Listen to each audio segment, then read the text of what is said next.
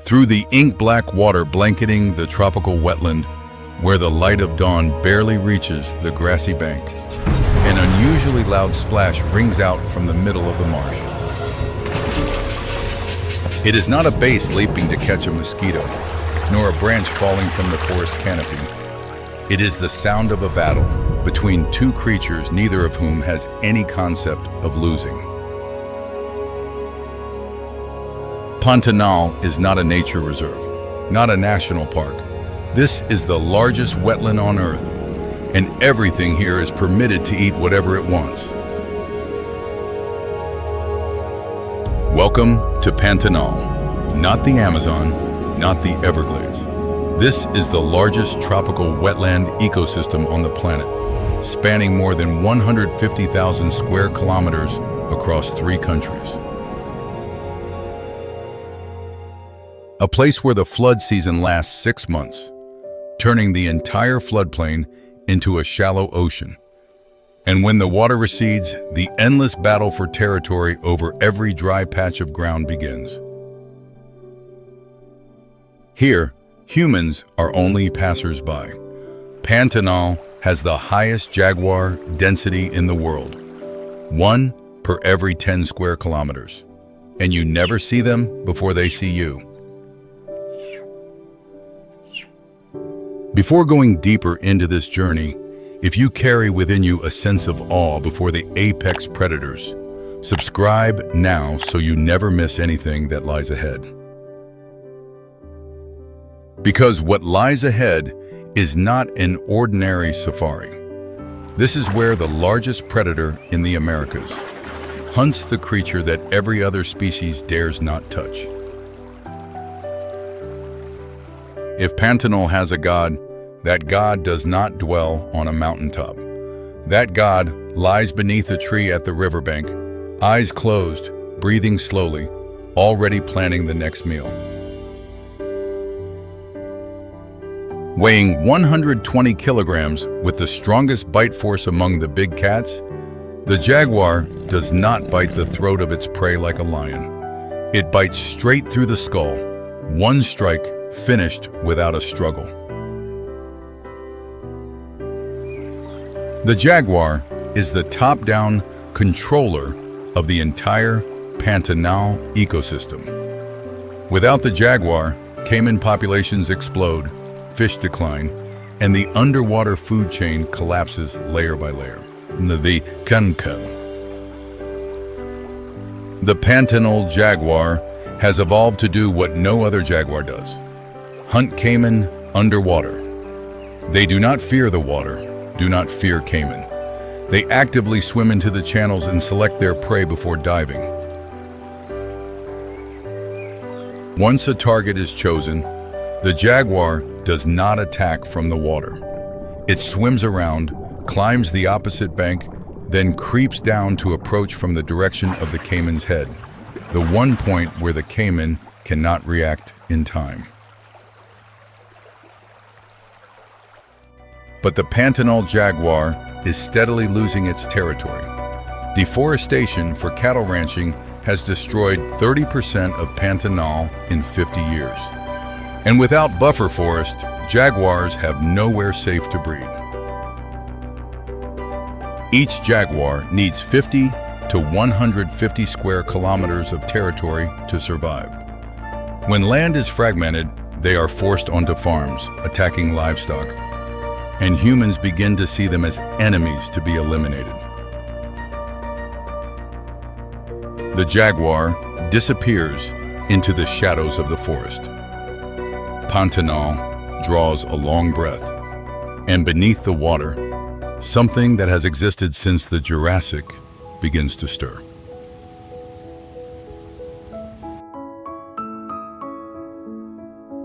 Cayman do not need to intimidate. They only need to exist, and the existence of 10 million cayman across Pantanal is already a declaration powerful enough for any creature that dares set foot in the water. The Yakari cayman, the signature species of Pantanal, can reach 3 meters in length, weigh 60 kilograms, with a bite force strong enough to crush the bones of a piranha. But their true strength lies in numbers, not size. Cayman are the recycling machines of Pantanal. They consume dead fish and animal carcasses and control piranha population density, helping sustain the diversity of 400 fish species within this ecosystem. Cayman do not waste energy. During the day, they bask in the sun, absorbing heat, not to rest, but to charge their energy reserves for nighttime hunts in total darkness. When night falls, cayman switch to an entirely different mode. Eyes glowing red in the darkness, they glide across the water without making a sound, waiting for anything that steps into their zone. Despite their large numbers, Pantanal cayman were once nearly driven to extinction in the 1980s due to the hide trade. They recovered thanks to legal protection, but now prolonged drought is draining their habitat.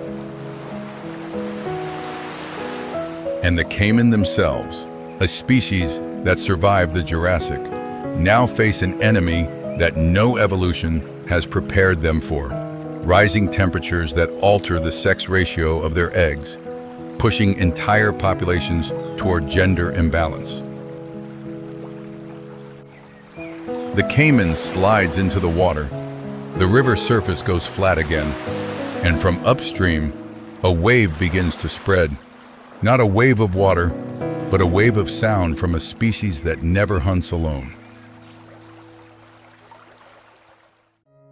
If the jaguar is the solitary god, and the cayman is the silent army, then the giant otter is the noisiest warrior tribe in Pantanal, the only species that does not need to be silent to be dangerous.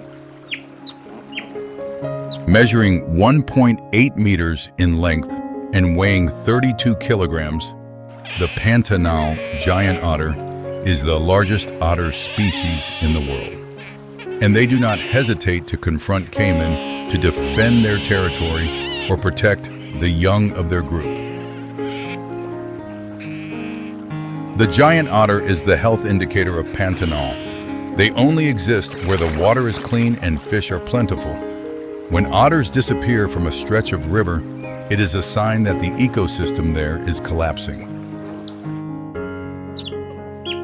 Giant otters hunt through a collective encirclement strategy. An entire group of 8 to 16 individuals forms a circle underwater, driving fish into the center and taking turns diving in. No individual eats alone while the group is still hungry. And when a cayman enters the group's territory, the otters do not flee. They surround the cayman, calling loudly, darting in to bite and pulling back until the cayman retreats in confusion and pain. Only around 5,000 giant otters remain across all of South America. Mercury pollution from illegal gold mining is accumulating in fish, their only food source.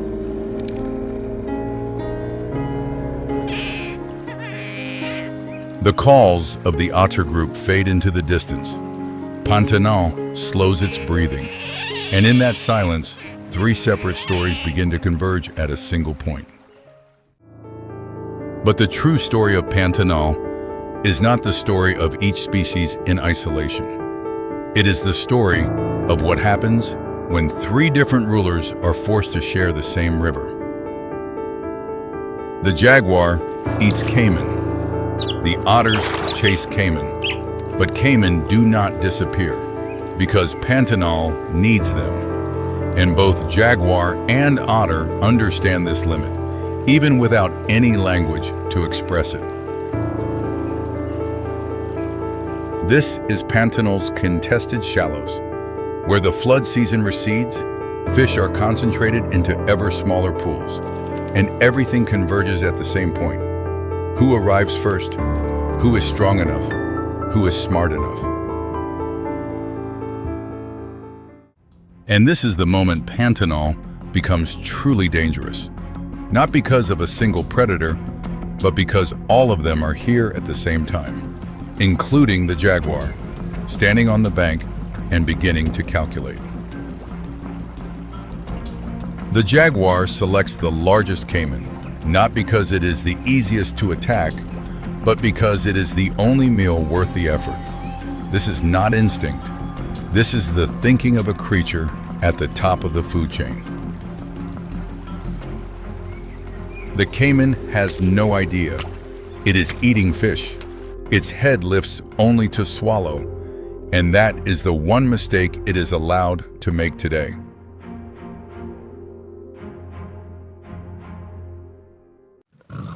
The jaguar lunges.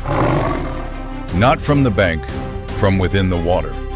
It had silently slipped into the river 30 seconds earlier without creating a single ripple.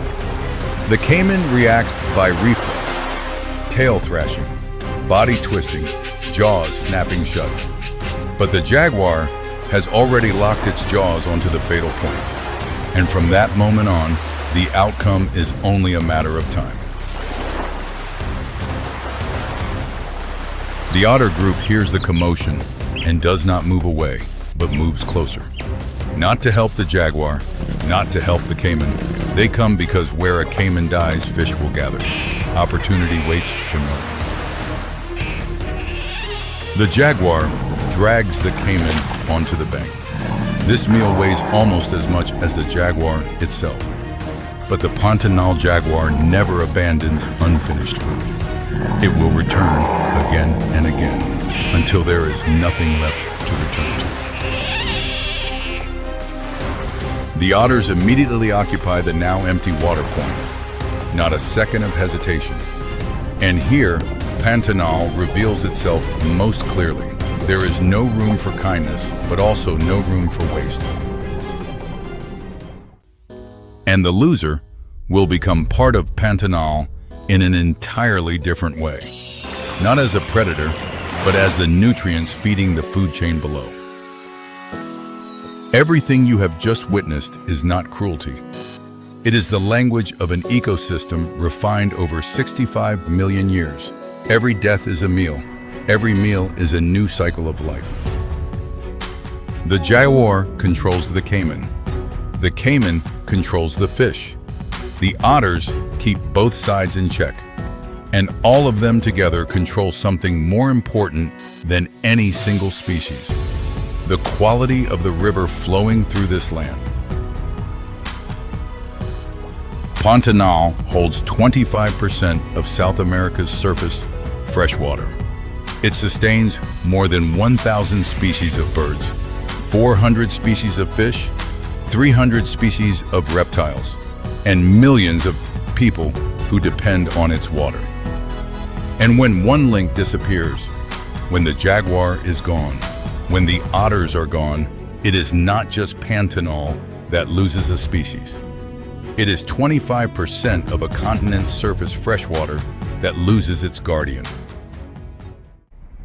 But the most dangerous creature in Pantanal cannot swim, cannot run fast enough, has no fangs or claws. The most dangerous one arrives on bulldozers, and no species can evolve fast enough to adapt. In the past 50 years, Pantanal has lost more than 30% of its area to agriculture and cattle ranching. And the fire season of 2020 burned another 30% in a single dry season alone, the worst on record in recorded history. Illegal gold mining pours mercury into the rivers. Pesticides from soybean fields seep into the groundwater. And the giant otter, the most sensitive species of all, is the first to fall when the water begins to be poisoned. And the price to be paid is not only nature's to bear. When Pantanal dies, when the wetlands dry up, when the rivers are contaminated, 15 million people in Brazil, Bolivia, and Paraguay will lose a source of fresh water that nothing can replace. The question that remains is not what we have witnessed. It is, when all these rulers are gone, What will we use to replace 65 million years of evolution? What will we have left when Pantanal is no longer the green lung of South America? When the last ruler hunts the last prey on the last remaining piece of land?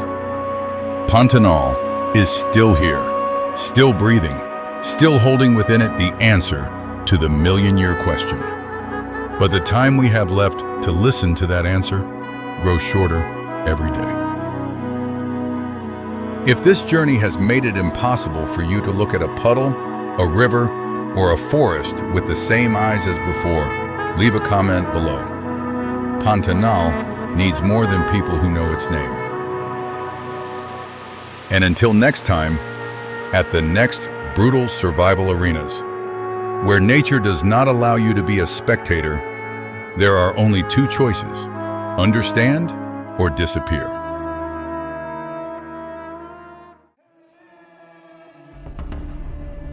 The Amazon, the planet's giant lungs, a vast ecosystem where water and land blend to create life.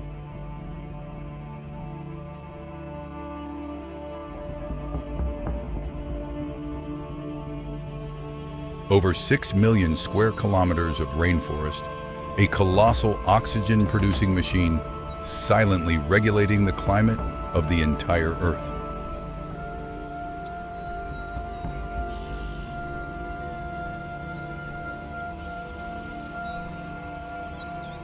Its rivers flow like veins, carrying nutrients and life everywhere, contributing nearly 20% of all freshwater entering the oceans. Beneath the dense canopy, an endless battle for sunlight shapes a boundless green maze of life.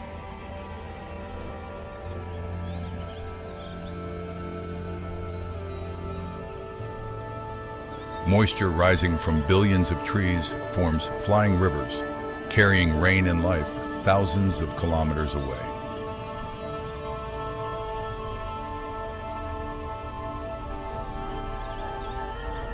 Dawn breaks and awakens the forest. The thick morning mist is its breath, nourishing a thriving ecosystem.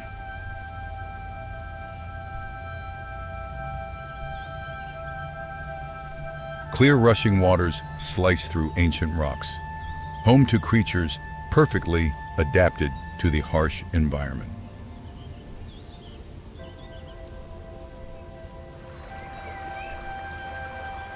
The Amazon canopy is a world of its own, home to more than half of all species on Earth, many still unknown.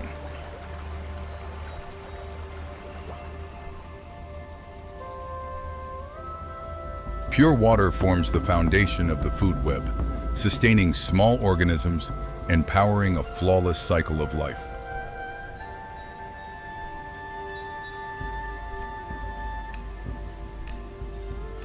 Every creature plays an irreplaceable role, creating a complex and balanced symphony of nature.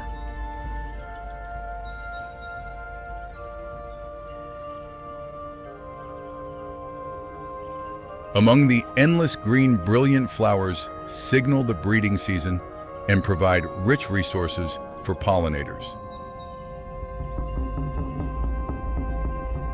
The vast sediment-laden river is the domain of fearsome predators, where dramatic hunts lurk beneath the surface.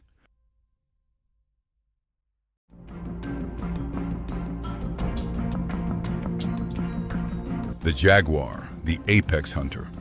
With a crushing bite, it strikes fear into every creature, even those beneath the water.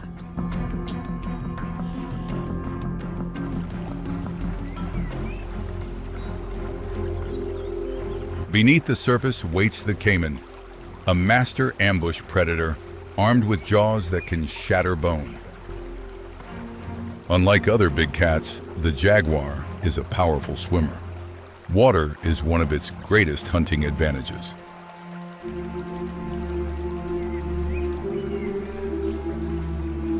In a duel between predators, the jaguar uses its infamous tactic, aiming for the skull with a decisive killing blow.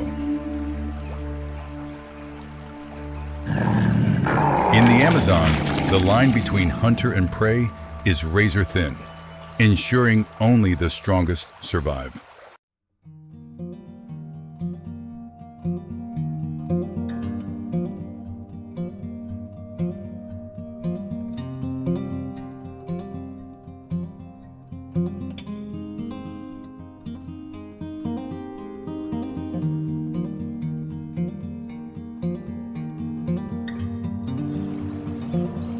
The gentle woolly monkey plays a vital role in seed dispersal, planting the next generation of the forest.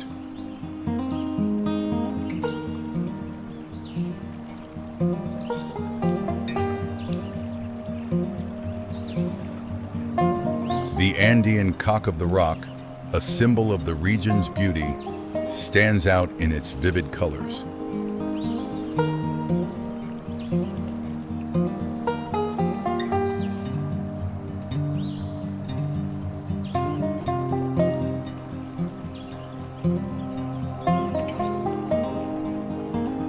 During mating season, males gather at leks, performing elaborate dances to attract females.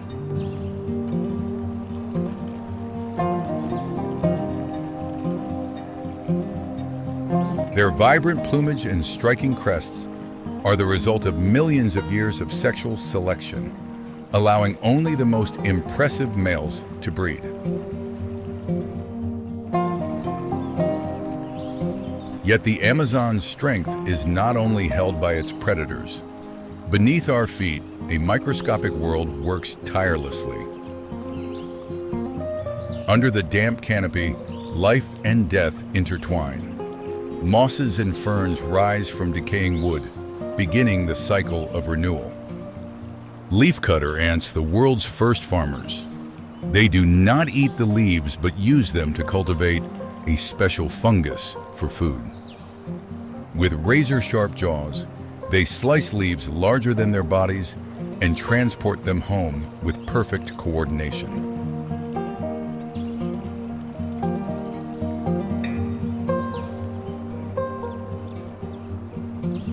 Millions of workers form a moving green river. Each ant has a role, building an underground superorganism.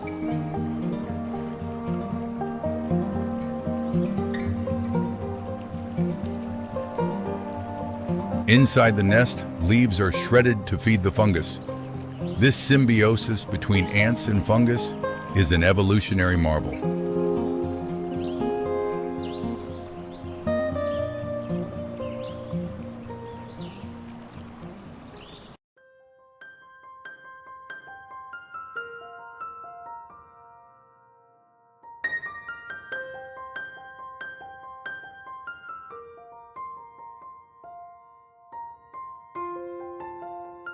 Fungi and moss, the primary decomposers, recycle dead matter and return nutrients to the soil.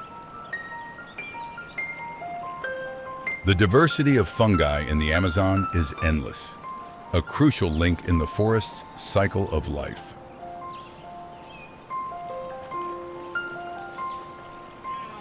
High in the trees, squirrel monkeys leap and dash for food, spreading seeds wherever they go.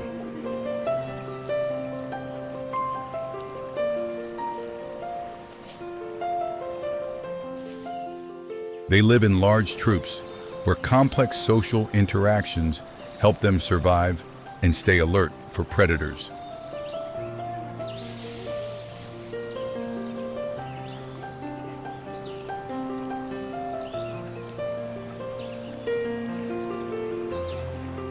Above them, macaws paint the sky. Their dazzling colors aid communication and recognition among the flock. Macaws are famous for forming lifelong pairs. Mutual grooming strengthens their powerful bonds.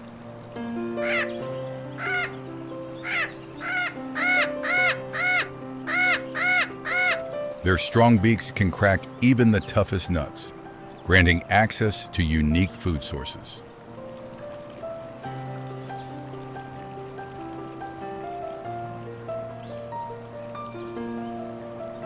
Alongside these colorful giants, hundreds of other parrot species coexist, each occupying its own ecological niche.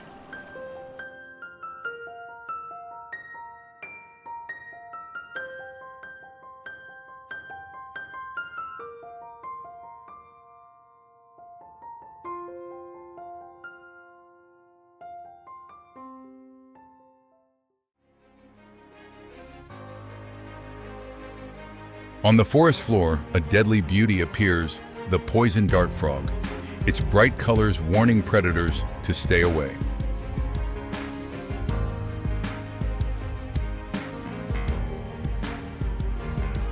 Its lethal toxins are not self-made, but accumulated from consuming poisonous ants and mites.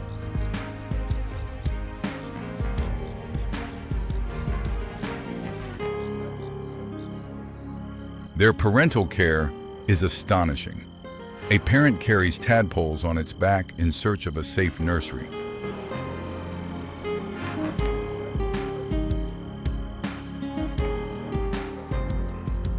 These nurseries are small water pockets in bromeliad leaves, individual pools protecting the young from predators.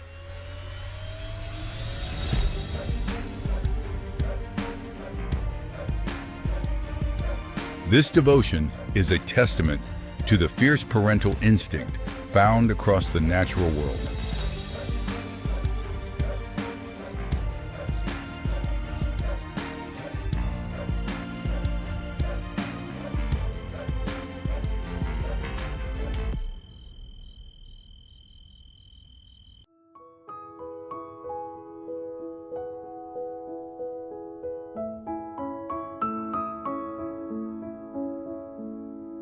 Life continues.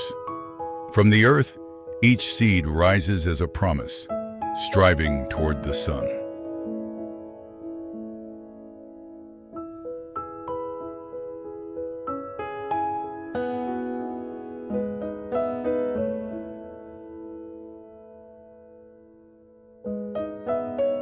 Millions of years of evolution have programmed them to race upward, a grand survival battle of the forest.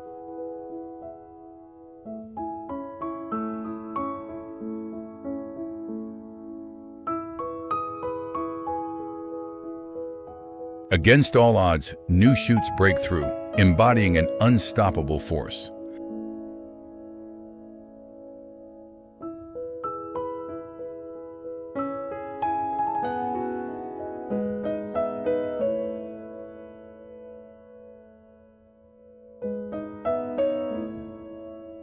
Renewal happens at every level. Bare branches stretch out, preparing for new leaves and a new cycle of photosynthesis.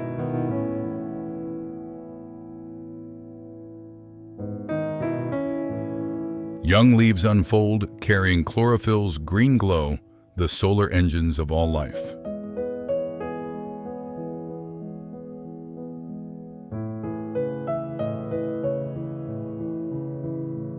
This process transforms barren branches into dense foliage, fueling the Earth's enormous green lungs.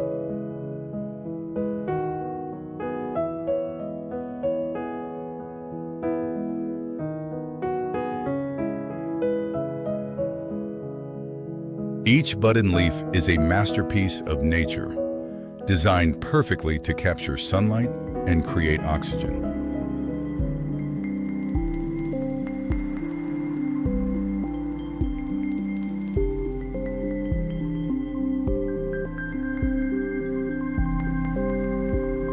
Life then explodes into color.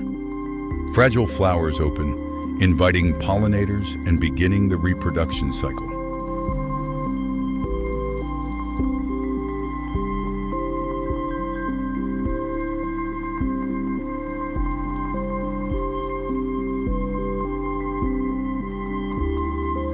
Every flower species carries its own signature white, purple, golden diversity that sustains countless other forms of life.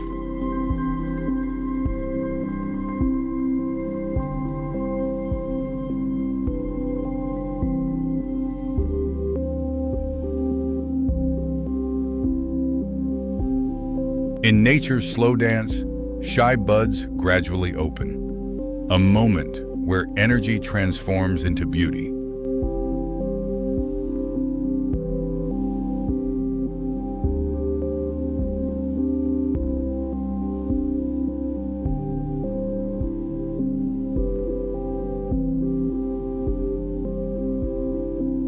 From beneath the leaf litter, wildflowers rise to decorate the forest and enrich its symphony of diversity.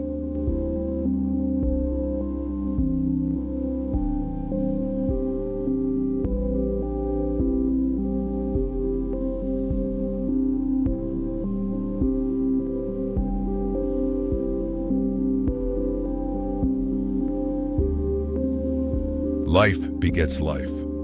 After the flowering season, young oak leaves appear, providing abundant nourishment.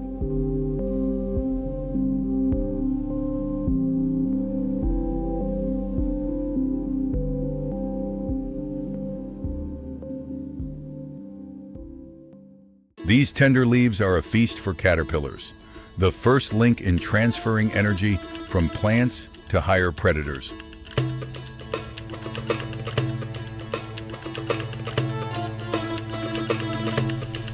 An army of caterpillars can strip an entire canopy, but their role is essential, feeding many other species.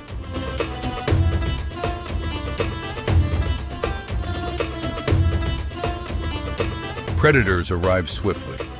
Small birds tirelessly hunt caterpillars to feed themselves and their chicks.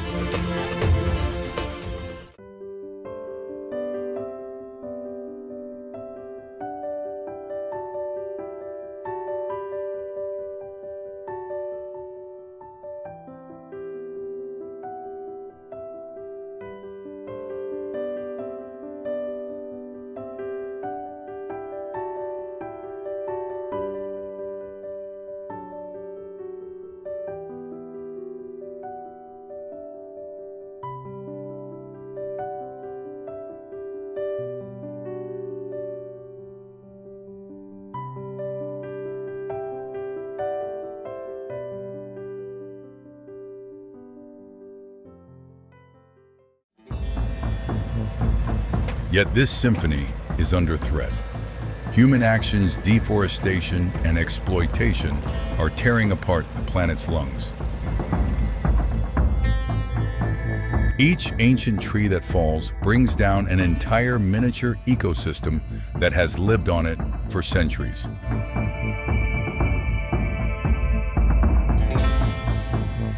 Industrial emissions and forest burning release immense CO2, creating a heat-trapping blanket around the planet.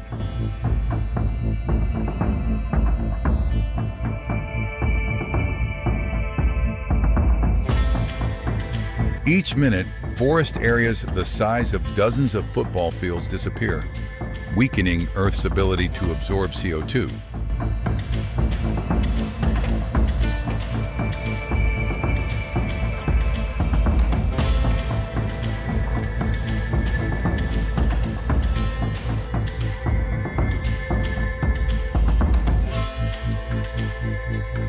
Smoke from raging fires is more than ash. It is the desperate cry of a dying ecosystem.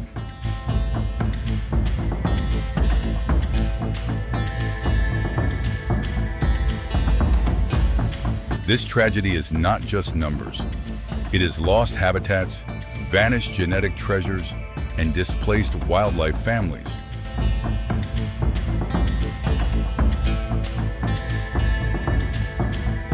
Trapped in the ruins, the remaining creatures face uncertainty and brutal competition.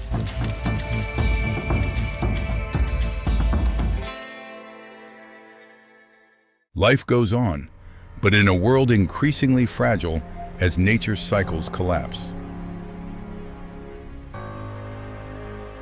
The Earth's scars grow deeper each day, warning us of the consequences of unsustainable exploitation.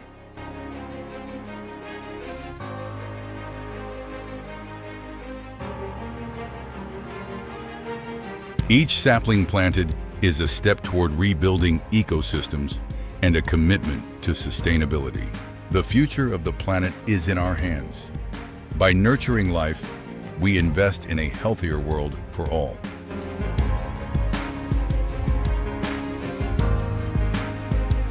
For when we protect the forests, we protect the lungs of the earth, and we protect our own existence. In the heart of Africa, where morning light touches ancient tree canopies, nature is not just a survival battle, it's also an exquisite drama of adaptation. Strange behaviors, unexpected alliances, tactics that science still cannot fully decode.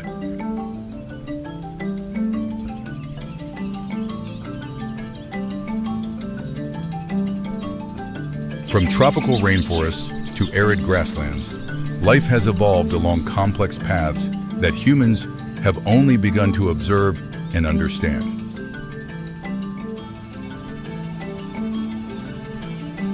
These are stories about intelligence, about perseverance, and about secrets that wild nature still silently keeps.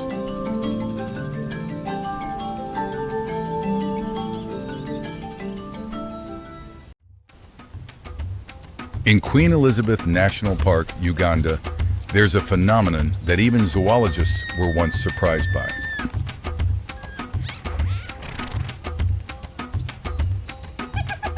Lions, Panthera leo, the species we know as ground dominators. But here, they climb trees.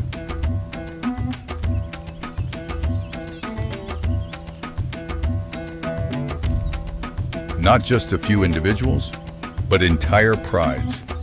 They lie draped across thin branches over 5 meters above ground.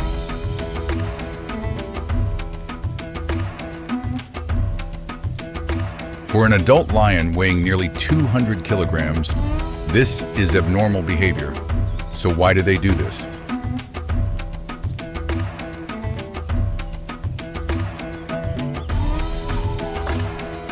The first reason is to avoid tsetse flies and blood-sucking insects. Up high, the wind blows cooler, and there are fewer insects.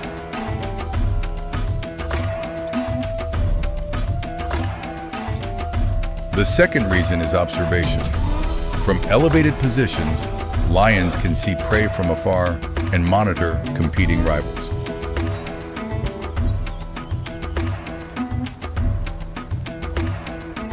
And the third reason is cultural adaptation. Lion cubs learn this behavior from their mothers. This is knowledge passed through generations. Not all lions can do this. Only individuals in Ishasha. The environment has shaped this unique behavior.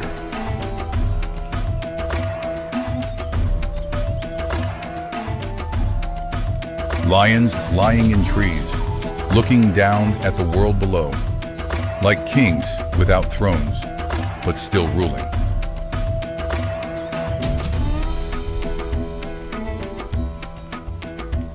This is proof that even species that have dominated for millions of years can still change to survive.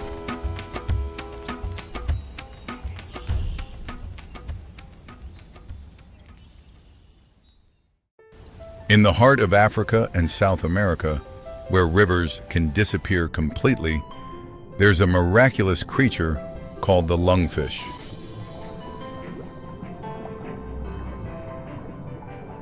Lungfish, Protopterus annectans, have existed for over 400 million years. They are living fossils of evolution.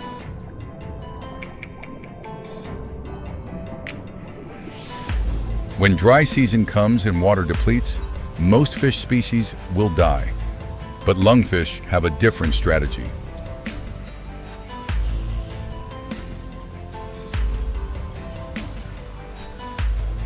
They dig a burrow in mud, curl up, and begin secreting a mucus layer surrounding their body.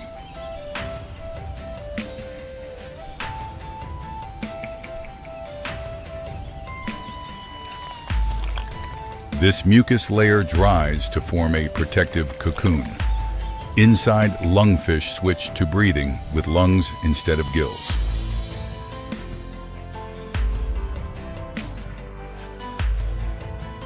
This state is called estivation. Heart rate slows. Metabolism reduces to minimum levels. They can survive like this for many years.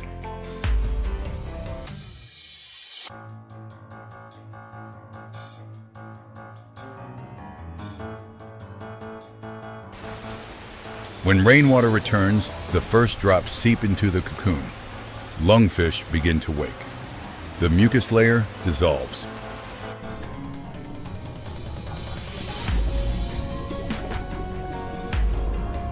Within hours, the fish can swim again, as if time never passed. This is absolute survival ability.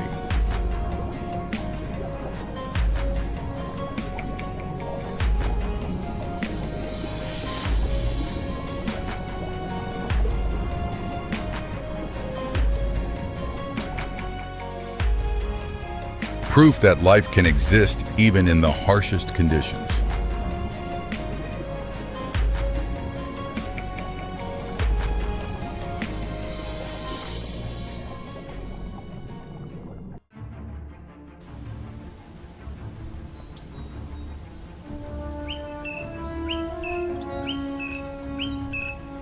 In the Miombo forests of southern Africa, a strange relationship has existed for thousands of years. It's the symbiosis between honey guide birds and honey badgers.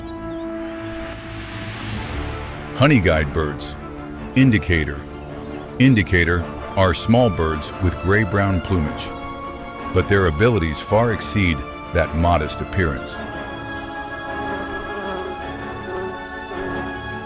They can locate wild beehives from hundreds of meters away, but alone, honey guide birds cannot break through the hard shell of beehives.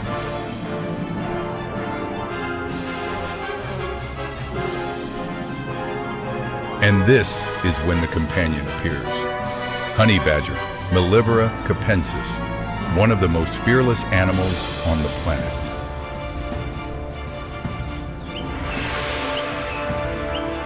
When honey guide birds emit their distinctive calls, honey badgers understand that honey is nearby. An alliance begins.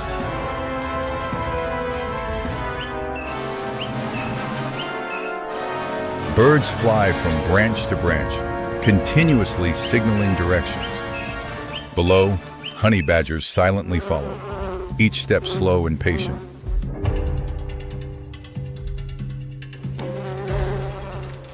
Upon reaching the hive, honey badgers use extremely strong claws to tear apart the protective layer. Their thick skin is barely affected by stings.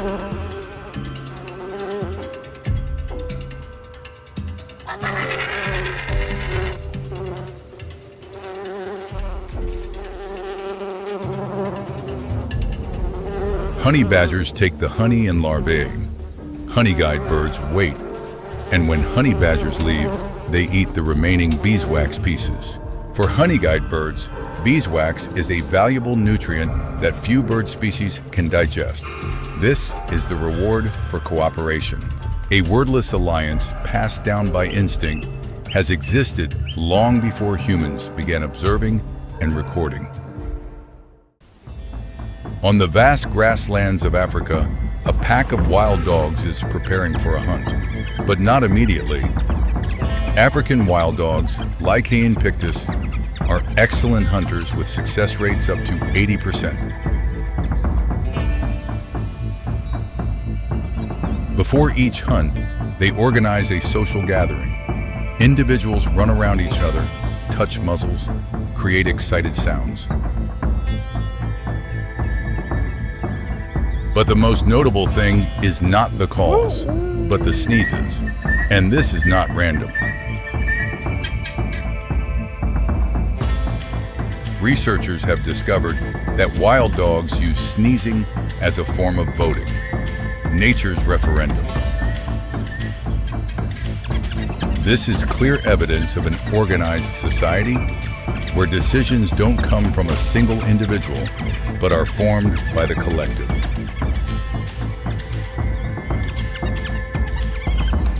When enough votes are collected, the wild dog pack immediately switches to action. racing into grasslands at speeds reaching 60 kilometers per hour.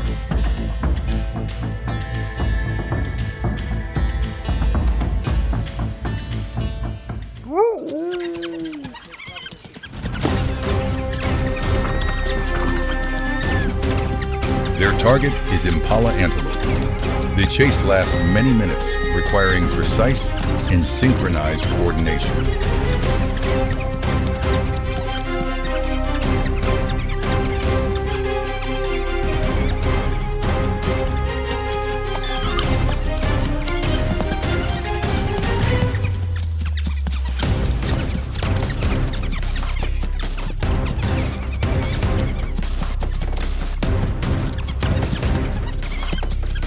No individual acts alone.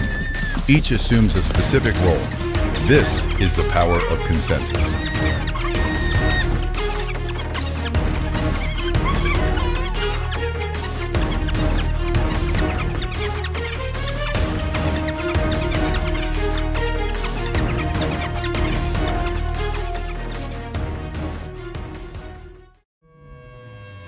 Beneath murky water, a crocodile appears like a harmless piece of rotting wood. Perfect camouflage art helps it disappear completely before prey's eyes.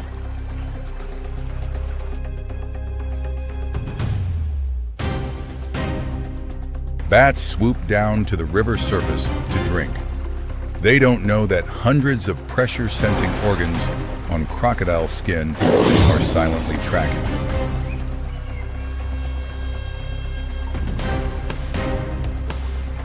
An explosive strike. The crocodile lunges at 12 meters per second, utilizing jaw force of thousands of PSI to finish the target in an instant. The life-death boundary just established through a perfect ambush. The river quiets again, continuing to conceal the assassin beneath the duckweed layer. From unexpected alliances to extraordinary survival tactics, wild nature never stops surprising.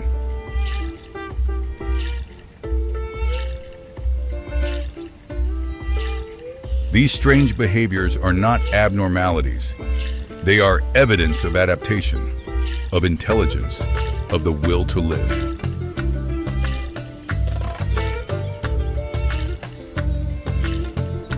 Each species carries its own story, and each creature holds an irreplaceable role in the grand picture of life on Earth.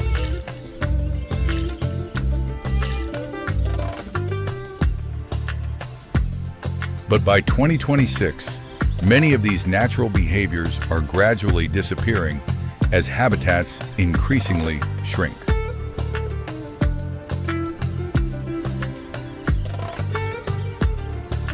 Conservation is not just preserving species. It's preserving unique behaviors, knowledge passed through generations.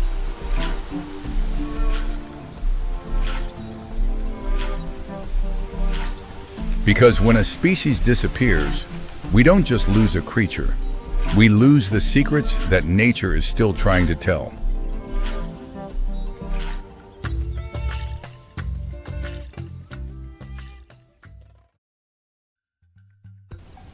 The first rays of dawn shine down on the Serengeti grasslands. A new day begins at the heart of Africa.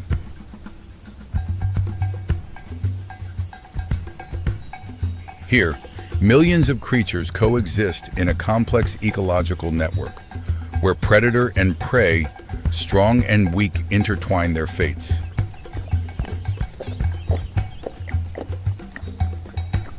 But not all make their living by strength. Some have chosen another path, the path of opportunists.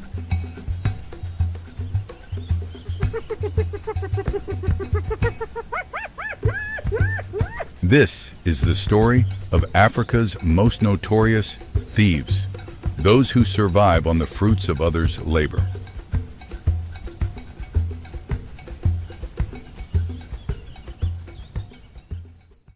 Spotted hyenas, Crocuta crocuta, can reach weights up to 70 kilograms, living in clans ranging from 10 to 80 individuals.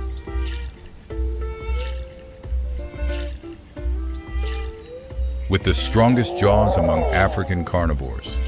But 80% of their food comes from scavenging.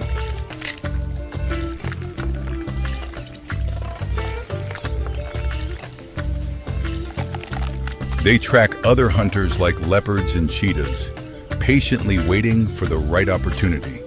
Spotted hyena's tactic is patience.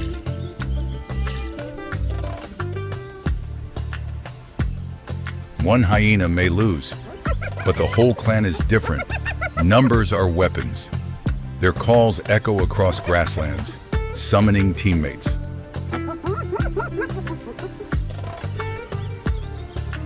A leopard just brought down a stray antelope and prepares to drag prey up a tree, but it's too late.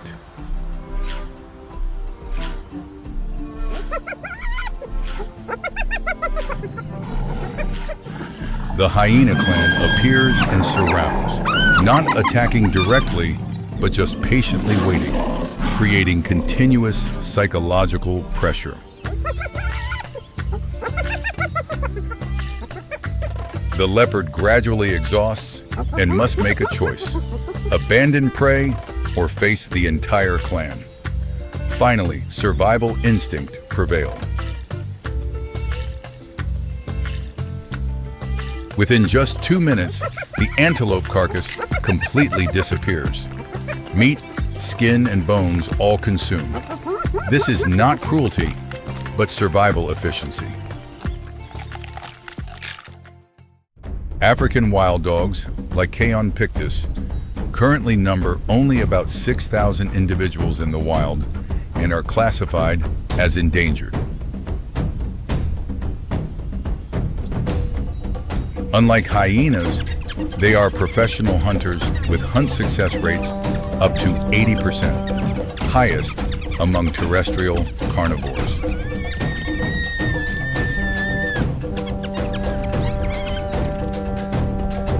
However, when opportunity presents, they're also ready to steal prey, especially when lions have eaten their fill and left.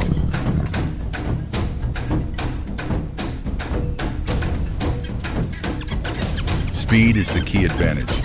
They rush in quickly, take remaining portions, and retreat before other rivals can react.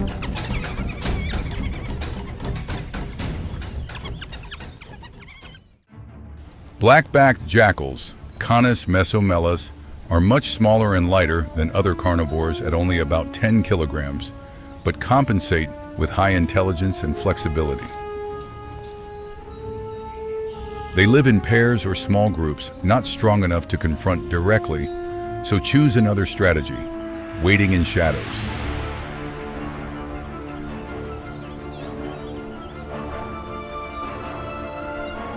Night is their activity time, when large hunters rest. They silently approach, searching for leftovers.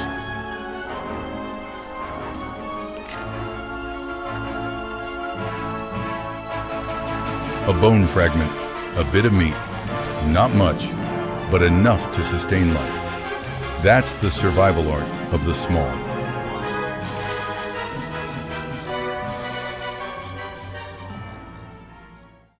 In African skies exists another opportunist group: vultures, distant relatives of eagles.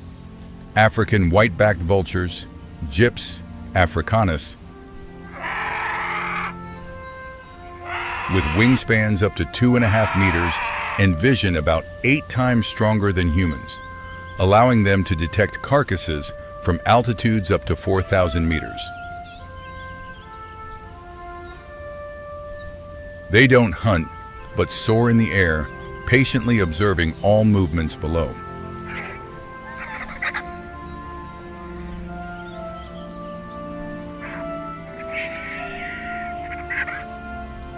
When an animal falls, vultures are the first to notice.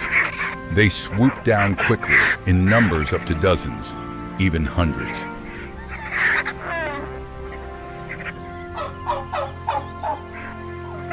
The scene is not beautiful, but necessary.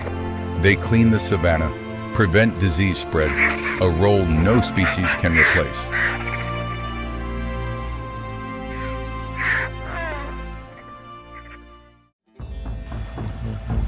Beneath the water surface, another opportunist waits.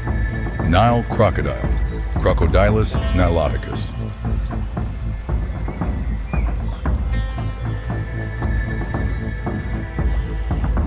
Bodies up to 6 meters long, weighing nearly 1 ton and living over 100 years, they're considered living fossils, existing from over 200 million years ago.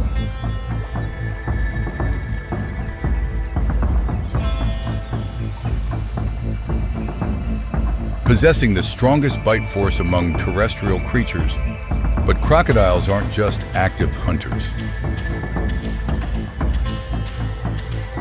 They also track other predators. When a leopard brings down an antelope near the riverbank, that could be a fatal mistake.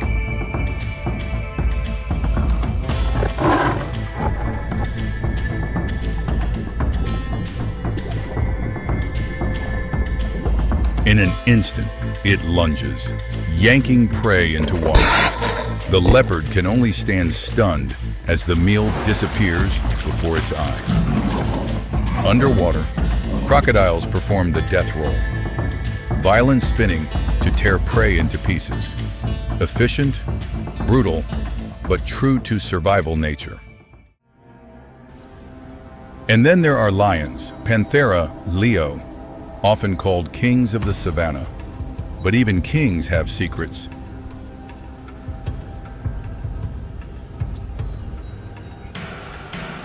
Lionesses are the main hunters, bringing back up to 80% of the pride's food. But the question is, who eats first?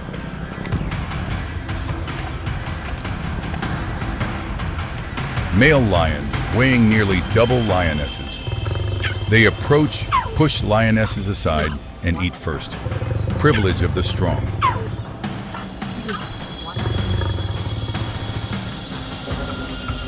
This is not cruelty, but biological order.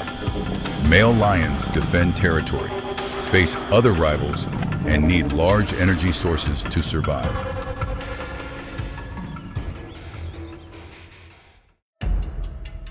However, in many cases, male lions are also true opportunists.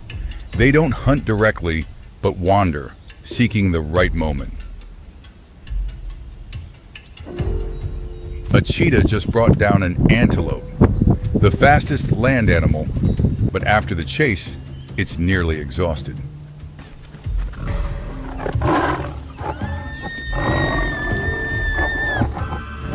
A male lion smells blood and steps out from grass. The cheetah recognizes danger, but it's too late to flee.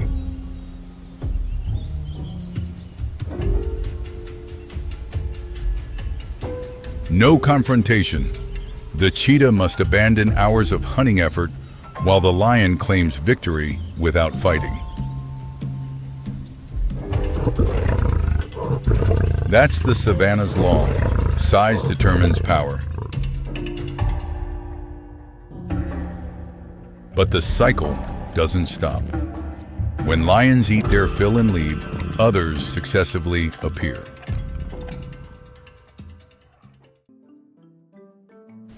Hyenas return. Wild dogs approach. From above, vultures swoop down. Jackals sneak in shadows.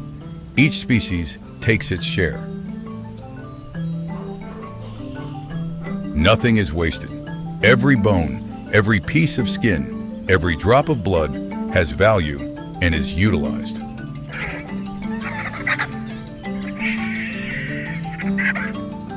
Finally, only dried bloodstains remain on grass. The next day, grass will grow green again.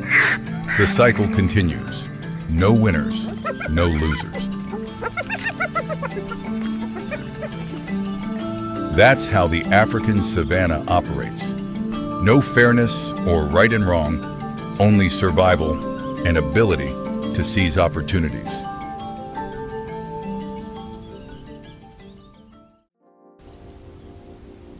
Hyenas, wild dogs, jackals, vultures, crocodiles, and lions, all are opportunists and all are survivors.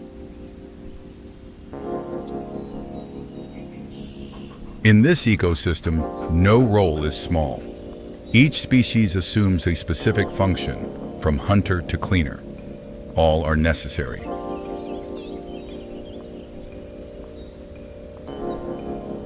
Yet, in the past 3 decades, African vulture numbers have dropped up to 80%. Hyenas gradually lose habitat. Wild dogs number only about 6,000 individuals in the wild. In 2026, humanity stands at a crossroads. Protect these so-called thieves, or lose the entire system they maintain.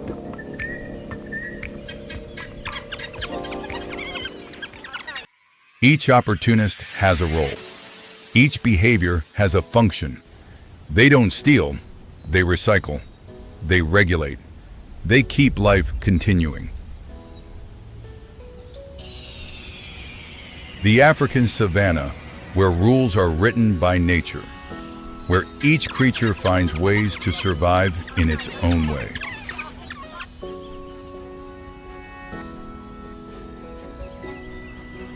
Some call them thieves, some call them opportunists, but nature doesn't judge. Nature only maintains balance.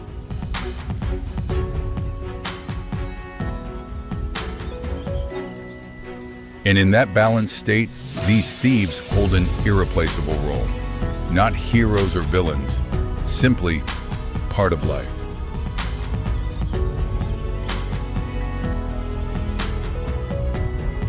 Because on this land, there's only one truth. To survive, sometimes you must hunt, sometimes you must wait, and sometimes you just need to appear at the right moment. This is Africa, where each day is a survival lesson, where opportunists also become teachers, teaching about adaptation, patience, and the art of existence. And in that lesson, there's a message for humanity. In nature, there are no bad guys, only creatures trying to live by any means possible. Therefore, when mentioning Africa's thieves, remember they don't steal, they survive. And that very survival has kept Africa forever vibrant. From grasslands to rivers, from ground to sky, each ecosystem layer has guardians, cleaners, and creatures recycling life.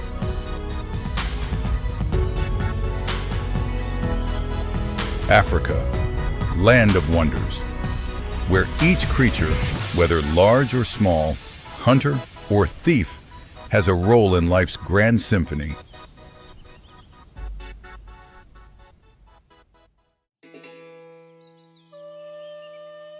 The Serengeti Savannah is home to over 3 million herbivores, but it's also territory of the planet's most dangerous predators.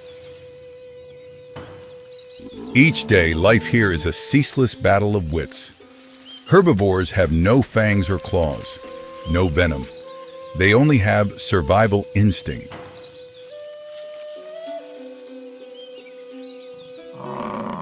In this ecosystem, each herbivore species has developed different skills, but all aim toward one single purpose: to survive.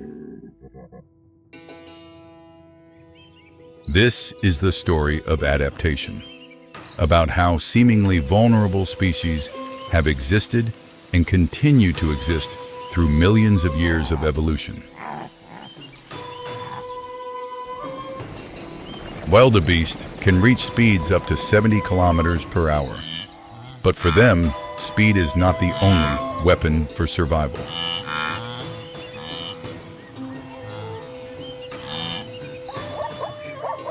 Zebras live in large herds.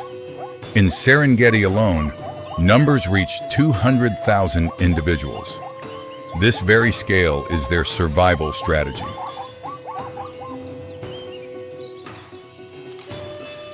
Giraffes stand nearly 6 meters tall. Their vision encompasses the entire savannah. Height itself is absolute security advantage.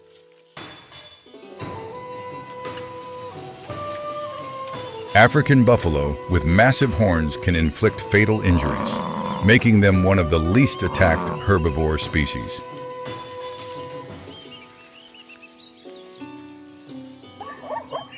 Each species possesses distinct advantages, but all exist in one unchanging reality. Danger is always present and never disappears. Regarding senses, antelope ears can rotate 360 degrees. They detect sounds from 1 kilometer distance. This is a natural early warning system.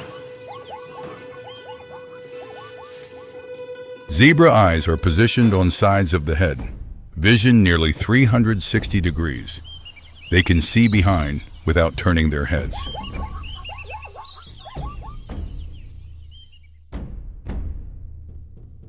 Buffalo's sense of smell is 5 times more acute than humans. They can smell lions from 300 meters, time enough to prepare defense. Giraffes combine all 3 senses, but the greatest advantage is height.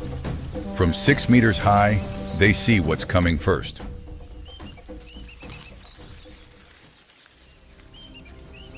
When one detects danger, the entire herd reacts.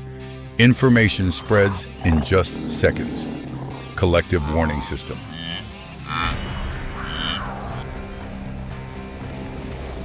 Regarding speed and endurance, wildebeest have maximum speed of 70 kilometers per hour, and they maintain this speed continuously for 5 kilometers. Cheetahs are faster, 110 kilometers per hour, but can only run 300 meters before exhaustion. Wildebeest know this.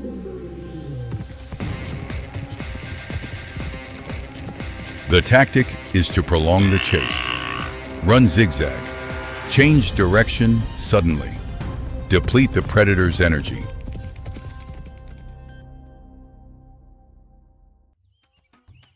Zebras aren't as fast as antelope. Maximum speed 65 kilometers per hour, but they have astonishing endurance.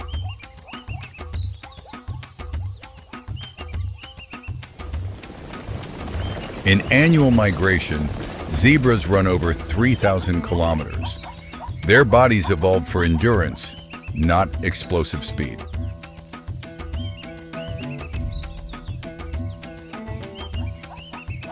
Regarding herd tactics, this is the most fundamental principle.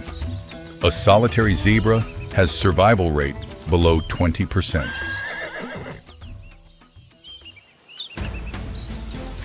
When lions attack, herds quickly form defensive formation. Young in the center, adult individuals surrounding outside.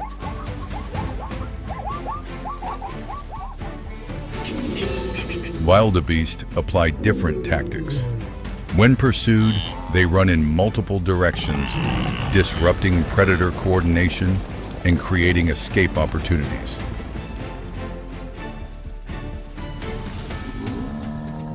Giraffes usually stay in small groups, 3 to 5 individuals. They take turns on guard. When one eats, others observe. Buffalo, when threatened, they point horns outward, young in the middle. Even lions hesitate to attack this formation.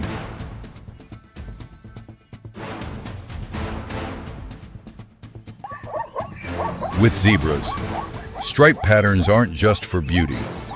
When the entire herd moves simultaneously, stripes overlap, creating visual interference phenomenon. This makes predators difficult to focus on a specific individual, reducing hunt success rate by about 30%.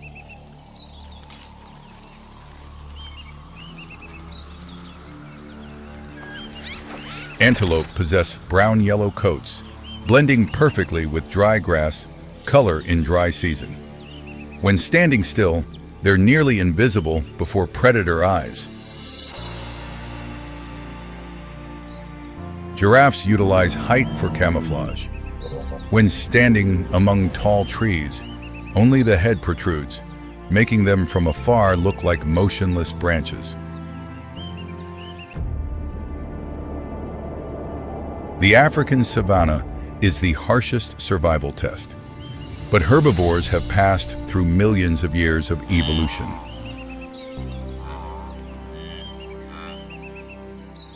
They have no fangs, claws, or venom, but possess acute senses, superior speed, and collective intelligence.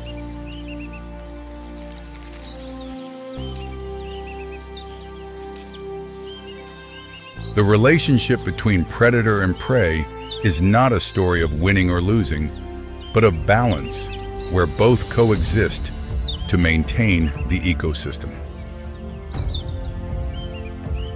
By 2026, protecting this savanna becomes more important than ever, because this is not just home to countless species, but also the common heritage of the entire planet.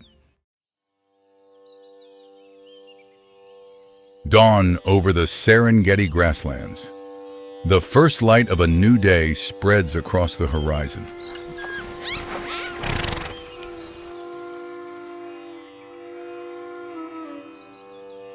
Tanzania, East Africa, where borders between nations blur beneath the ceaseless footsteps of wildlife.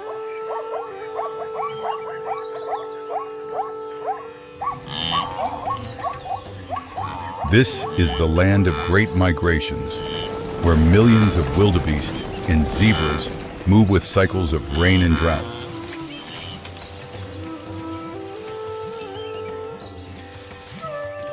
And here too, a pride of lions prepares to embark on the longest journey of their lives, a journey crossing national borders.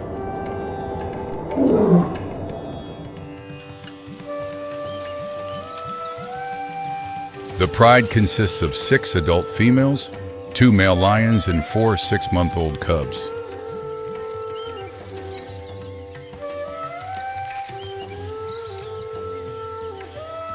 Africa's largest cat species, famous for their strength, coordinated hunting, and astonishing adaptability to harsh environments.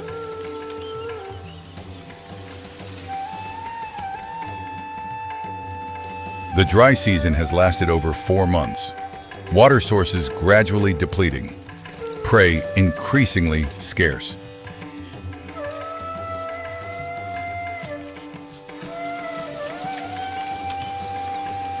The lion pride must choose: stay and face starvation, or follow the footsteps of the Great Migration.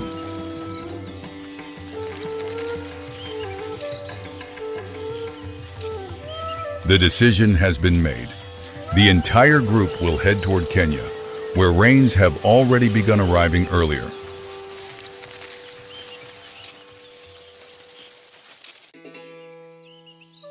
A journey nearly 100 kilometers long, through unfamiliar terrain, through nameless dangers.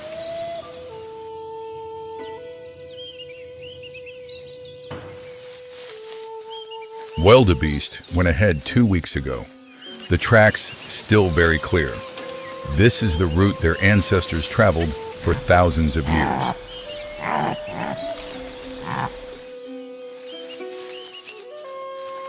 The first day closes. The lion pride has covered 20 kilometers, but the road ahead is still very long.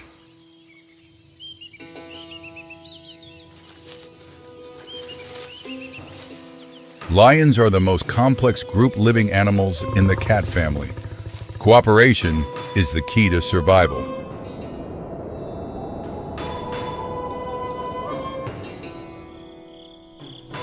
Lion eyes can see in darkness 6 times better than humans. Hearing detects prey from distances over 1 kilometer.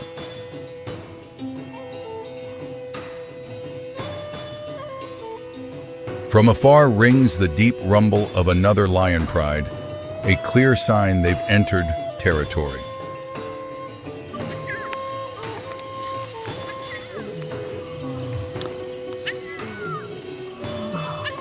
This is one of the greatest challenges. Lions are very territorial. Any intruder is a threat.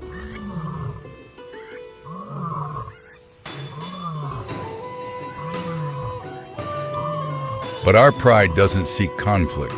They just want to pass through, quietly and quickly.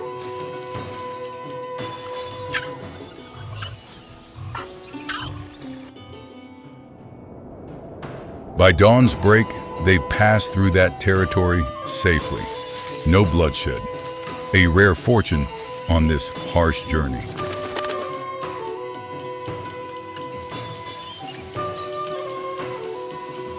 Day 4. They reach another boundary.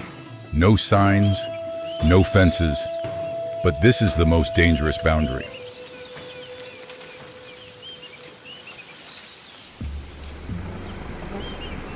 Human boundary, roads connecting villages, engine sounds, strange smells, unfamiliar dangers.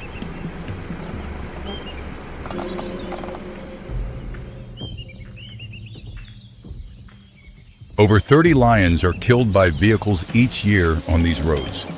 Humans and wildlife are sharing the same space.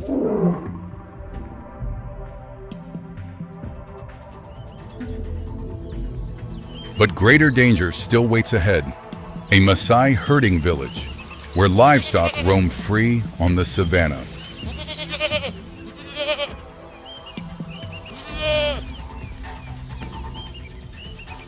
For hungry lions, a goat is a much easier target than wild antelope. But that's also people's livelihood.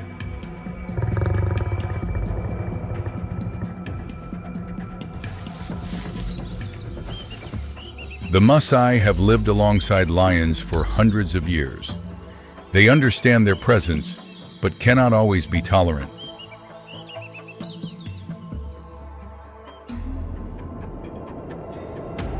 The lion pride chooses to circle around this area. They don't hunt, don't provoke. Survival instinct guides each step. The next morning, the lion pride reaches the border between Tanzania and Kenya. An invisible line on maps, but to them, just continuing grassland. In Kenya, conservation policy differs from Tanzania. Anti-poaching patrols are tightened, corridors for wildlife expanded.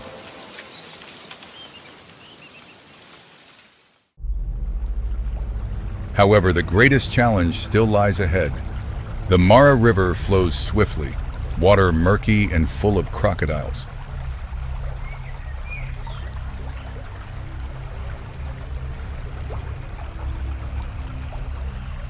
Lions aren't good swimmers like leopards, but they have no other choice.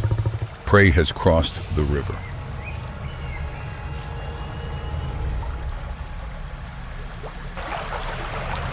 The male lion advances first to test depth. Water rises nearly to its head. It roars a signal.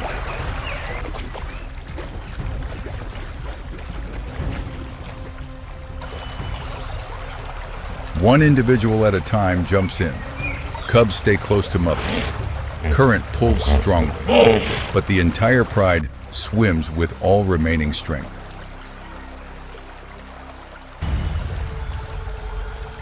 A crocodile approaches, but before it can attack and the lion group reaches shore, it must retreat.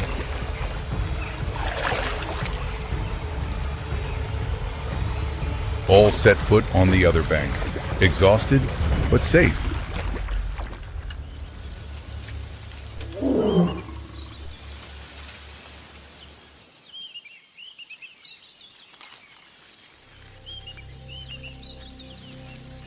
They've entered Kenya, into Masai Mara, where green grasslands stretch to the horizon.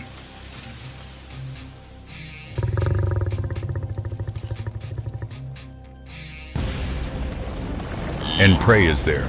Thousands of wildebeest, thousands of zebras, gathered following early season rains.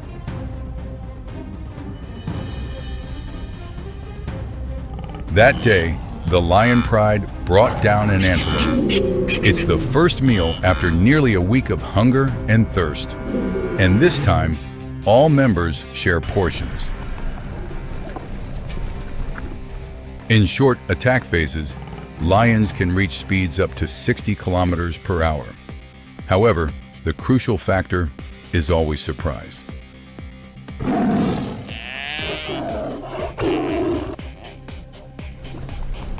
Lion hunting success rate is only about 30%. Each hunt is a risky gamble, and thus, each meal carries survival value.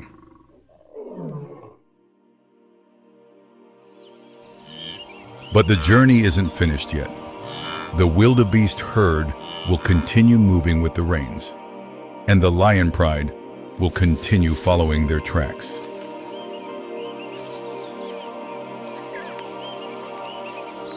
In coming weeks, they may return to Tanzania or stay in Kenya a few more months. No one can know beforehand.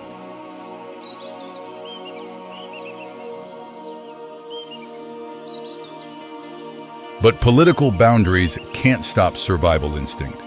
Lions have moved like this for thousands of years.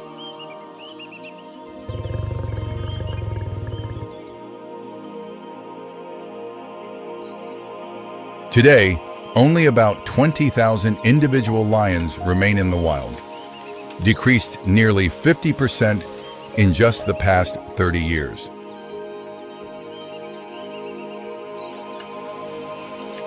The greatest threat to them isn't nature, but shrinking habitat and increasingly escalating conflict with humans.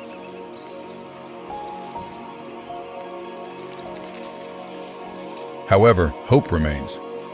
In 2026, Kenya and Tanzania signed a cross-border conservation agreement.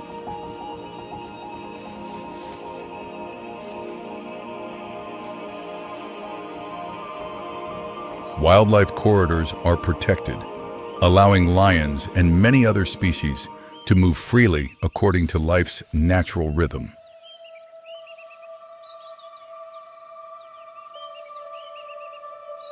The Maasai play a crucial role in this effort. They are the first guardians and also the bridge between humans and wildlife.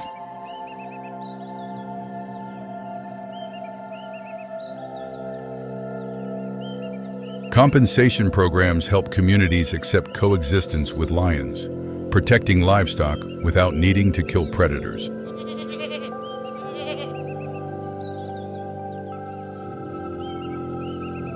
Educating the younger generation helps them understand that lions aren't enemies, but heritage, the country's common asset.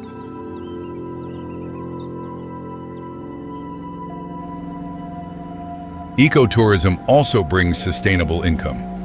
Throughout its lifetime, a living individual lion can generate economic value exceeding $1 million.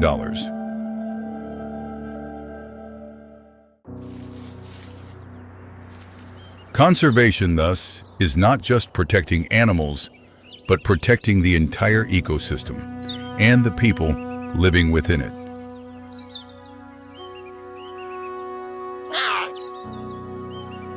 Our lion pride has now temporarily settled in Masai Mara. 4 cubs grow each day, stronger, more independent.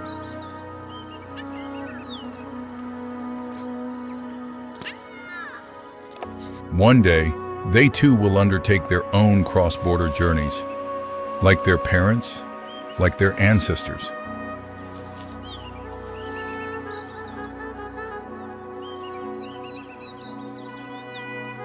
That journey will be less harsh if humans continue to protect and cooperate.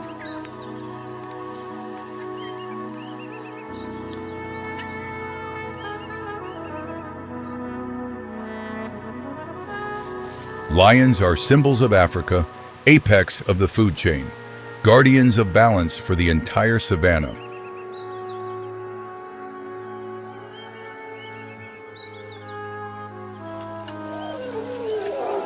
When we protect lions, we protect the entire ecosystem and ultimately protect ourselves.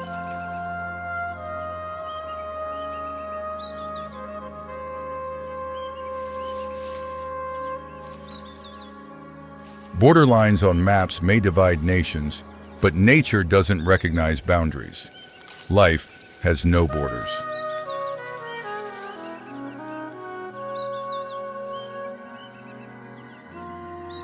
And in that lion pride's ceaseless journey, there's a clear message. The future of wildlife lies in our hands.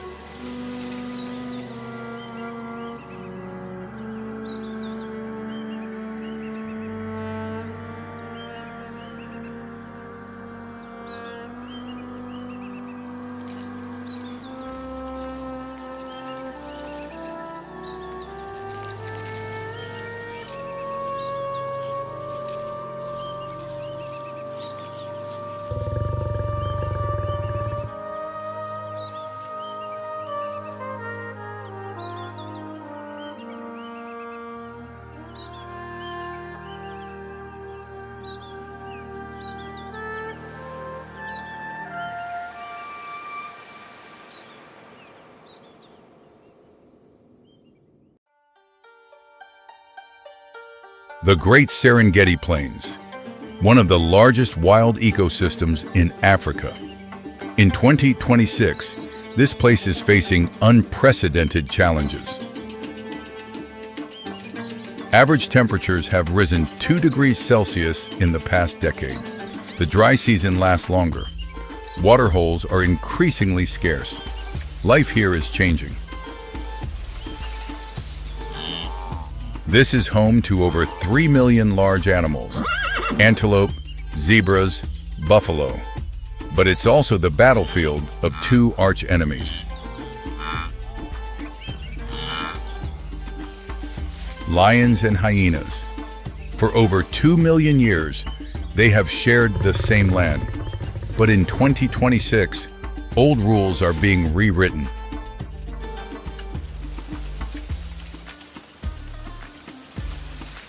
Panthera leo, lions, king of beasts. An adult male lion weighs up to 190 kg. Golden coat, thick mane. In the past, strength was everything. A pride of lions could control territory of 100 square kilometers. They were apex predators.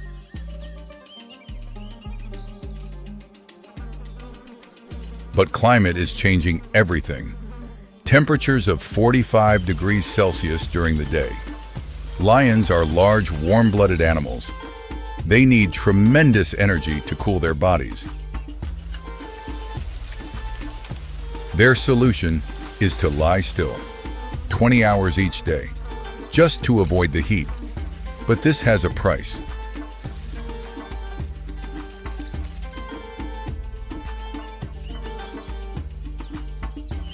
Food is becoming scarce. Large prides of 15-20 individuals are no longer effective. Too many mouths to feed and too little prey. The solution is to split up. Small groups of 2 to 3 individuals break away. Easier to find food, but also more vulnerable.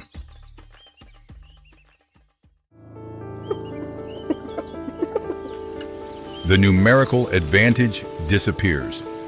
When facing enemies, lions are no longer the overwhelming force. Power is shifting. Night is the only opportunity.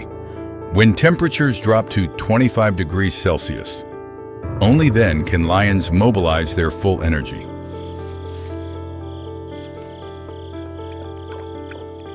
They become absolute night hunters. Night vision 6 times better than humans. This is their time.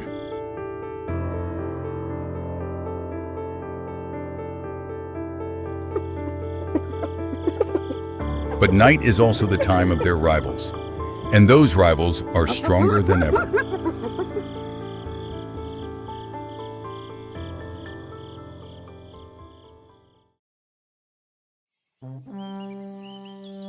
Crocuta, spotted hyenas, nearly 3 times smaller than lions.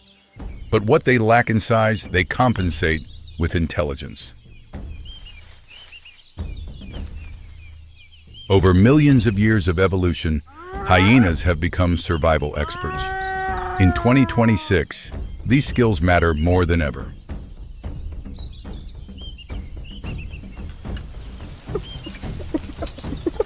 First strength, unbeatable digestive system. Jaws with bite force, stronger than lions. Strong enough to crush large bones. Stomach acid pH 1, lowest among mammals. They can digest bones, skin, even horns.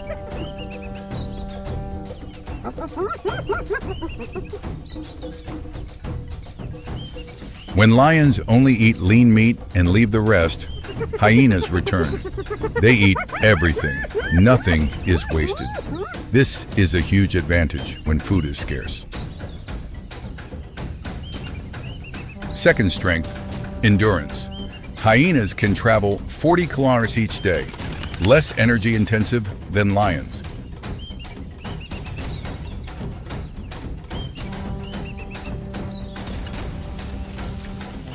When water holes are far apart, lions must give up. But hyenas continue. They expand territory into lands where lions cannot survive. Third strength, social organization. A hyena clan can have up to 80 members with clear hierarchy.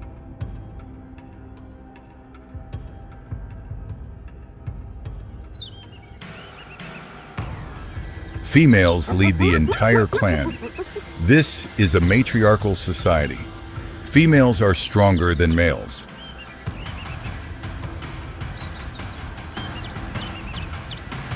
With large numbers, hyenas can do what was previously unimaginable: directly confront lions.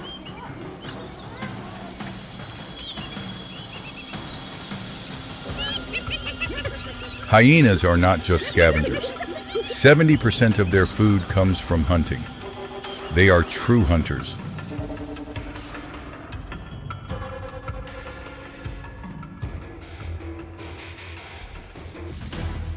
Their tactic is endurance, pursuing prey at 60 km/h continuously until the prey is exhausted.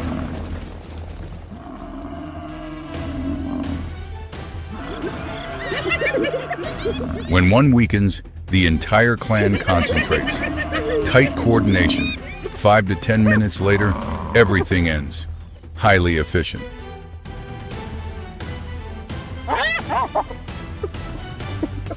But in the most dangerous moments, prey is not the worry, but rather those who come to steal the spoils.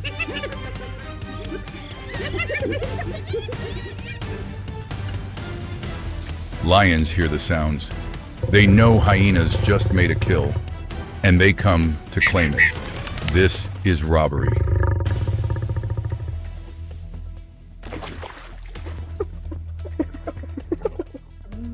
In the past, hyenas always lost, fled as soon as they saw lions. But in 2026, this instinct is changing.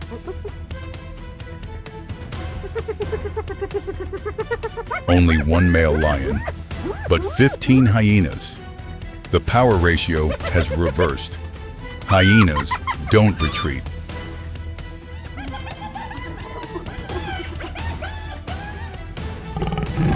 Hyenas advance, surround, growl. They know the lion is weak from the daytime heat. This is the opportunity.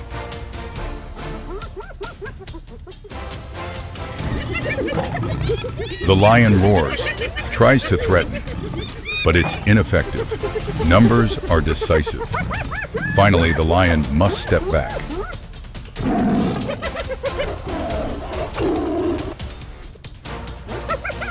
Hyenas claim victory.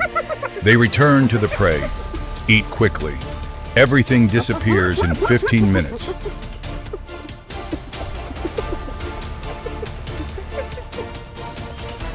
The lion is hungry. It must continue hunting. But energy is depleted. Tonight, it may have nothing to eat.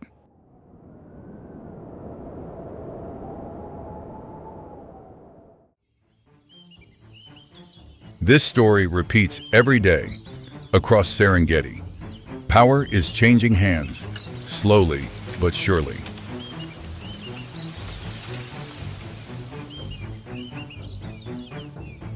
But the biggest battle is not for food, but for water, the source of life for all species.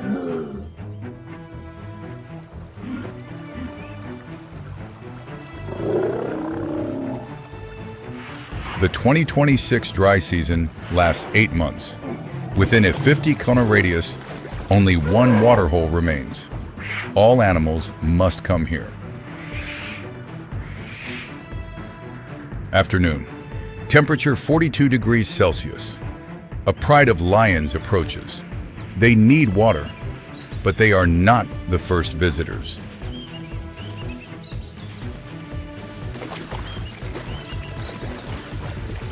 A hyena clan has been there since morning. They control the waterhole. This is their territory now.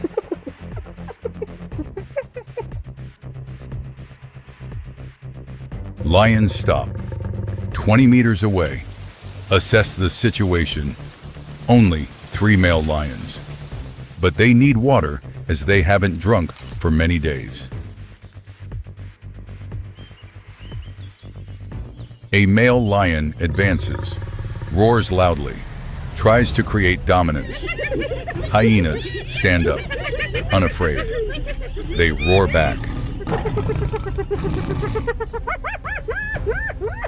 Tension escalates. Lions move closer. Hyenas begin moving, surrounding the lions.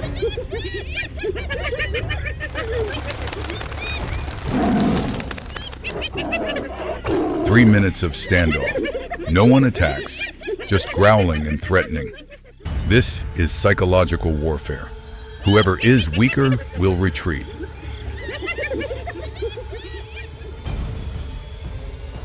Finally, lions decide. They charge toward the waterhole. Quick, drink hastily, and retreat before hyenas react.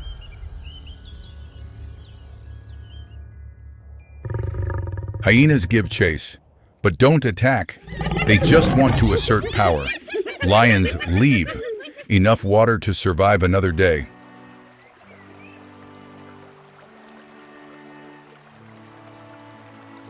Today's battle ends. No blood, no casualties, but the message is clear. Hyenas are taking control.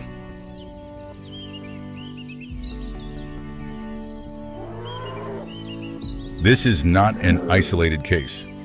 Across East Africa, researchers are recording similar phenomena.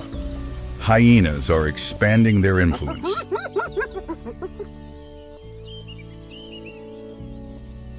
Hyenas are demonstrating a skill lions don't have, adapting to humans. They learn to survive in a changing world.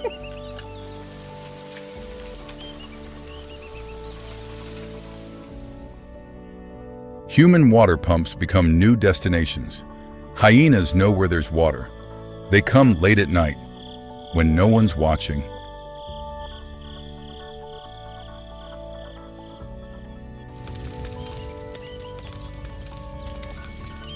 They even learn to forage from human waste. Behavior no one saw 10 years ago. This is a sign of superior intelligence. Lions cannot do this. Their proud nature won't allow it. They are kings, cannot lower themselves.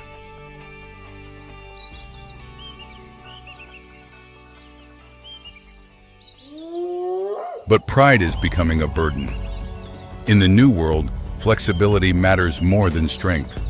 Adaptation matters more than tradition.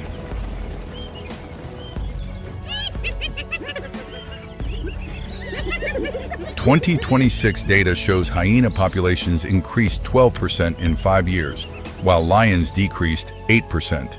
The trend is very clear.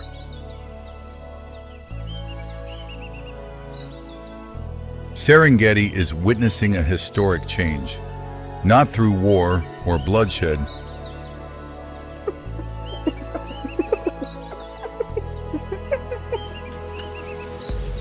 Lions remain symbols: beauty, strength, and dignity.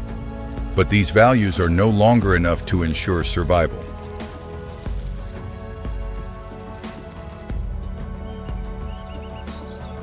Hyenas represent a different story: resilience, pragmatism, and the ability to survive in adversity.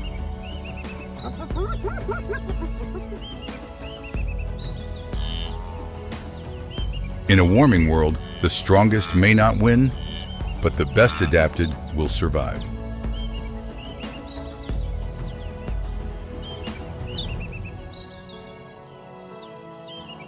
In 2026, climate change is not just statistics, but daily reality. Each degree of temperature increase rewrites the rules of survival.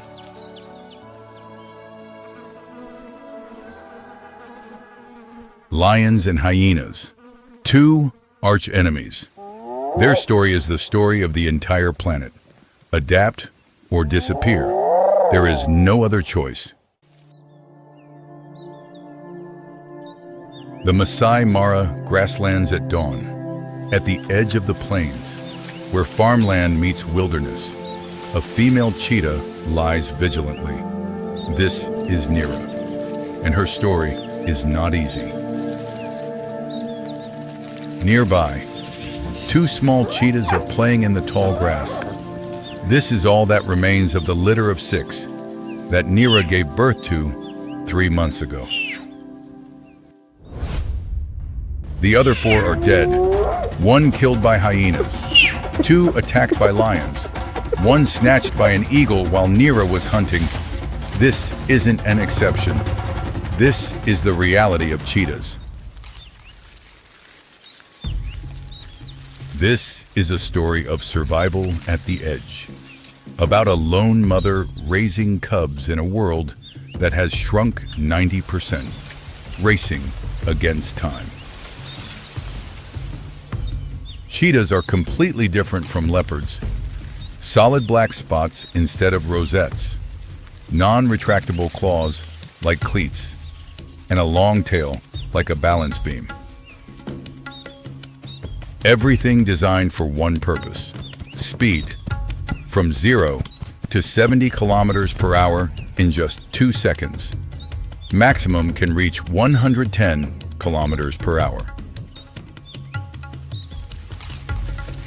Therefore, the body weighs only 50 kilograms, not strong enough to climb trees or fight larger carnivores.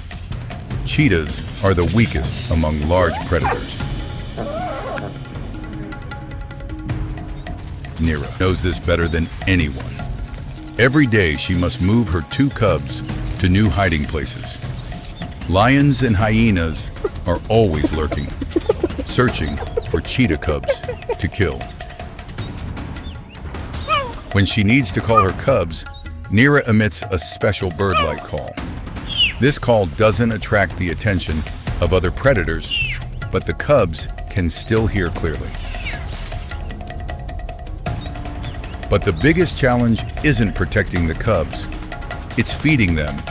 Nira must hunt every day, each hunt lasting an average of only 20 seconds before she's exhausted.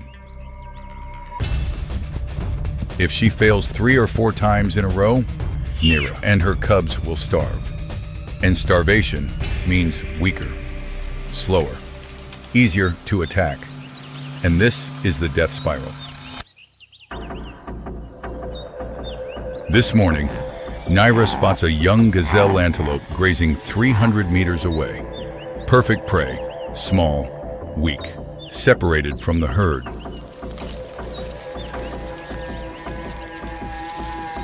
She moves meter by meter. Her tawny coat with black spots blends completely into the dry grass. Distance remaining, 100 meters. 50 meters, 20 meters, tail tense, hind leg muscles coiled to maximum. The moment has come. Nira launches like an arrow. 2 seconds to reach 70 kilometers per hour. The antelope detects her, but it's too late. 12 seconds later, Nira catches up, using her claws to trip the prey's hind legs.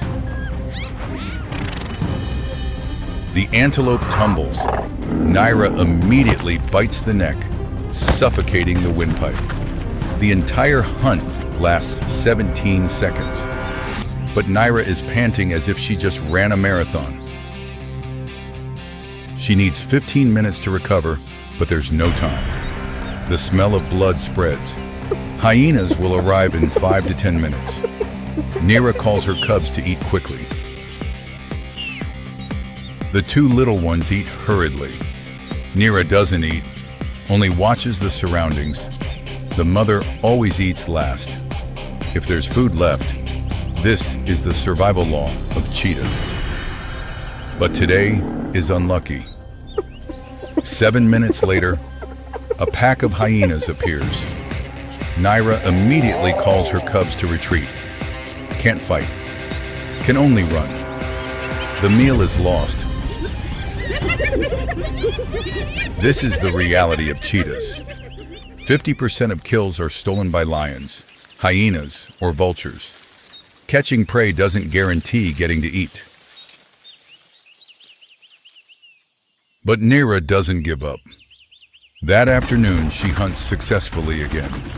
This time, she finds thick bushes to eat safely. The cubs get full bellies. Today is a good day. Months pass. The two cubs grow gradually, from 5 kilograms to 20 kilograms. Nira begins teaching them to hunt. First lesson, observation. Nira lets the cubs watch from a distance when she hunts. They learn how to choose prey, how to approach undetected, how to calculate distance. Second lesson, practice. When the cub is 10 months old, Nira catches a rabbit but doesn't kill it. She lets the cub practice the technique of tripping and neck biting. The first time, the cub fails, the rabbit escapes. But Nira is patient, lets the cub try again. After 3 attempts, one of the two cubs succeeds. Joy spreads through the small family. But when the cubs are 14 months old, Nira must chase them away. Not because she doesn't love them, but because instinct protects them from adult males. The two siblings must now be independent, too early compared to nature. But the shrinking environment doesn't allow otherwise. They're still immature, but must face the adult world. The first week, they fail at hunting continuously, hungry and afraid. But then they learn something important: cooperation. One chases, one ambushes. Finally, they catch their first prey. Nira, somewhere not far away, hears the joyful calls of her cubs. She doesn't approach, but knows they're still alive. That's all a cheetah mother can hope for.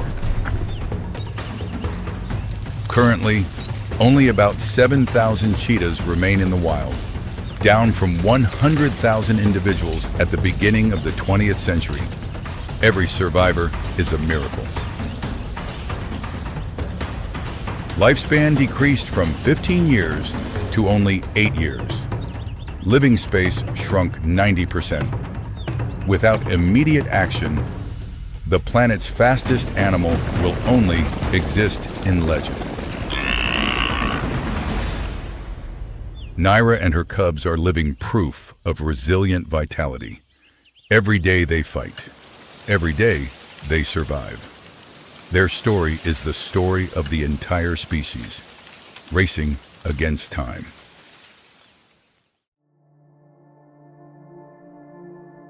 As the darkness finally yields to the break of dawn, the African savannah wakes up in silence. A thin mist still lingers on the dry grass. Under the sparse acacia trees, the space remains quiet. There is nothing yet to suggest that today will be any different from thousands of days before.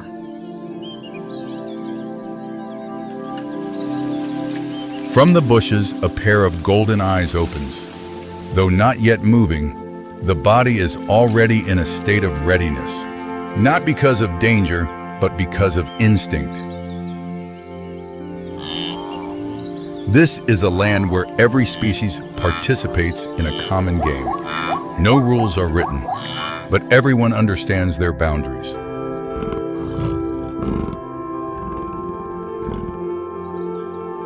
The Cape porcupine, Hystrix africa australis, moves along a path it has memorized from many nights before. Each footstep is steady, without haste.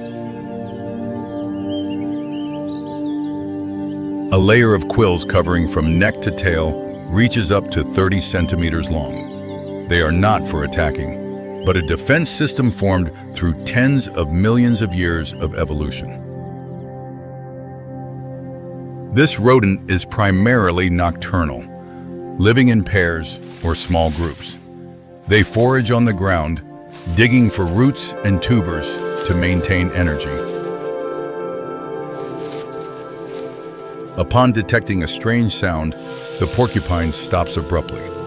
The quills on its back rise in less than a second, a reflex that requires no thought. In the ecosystem, porcupines play a significant role. Their burrows become shelters for many other species when the dry season arrives.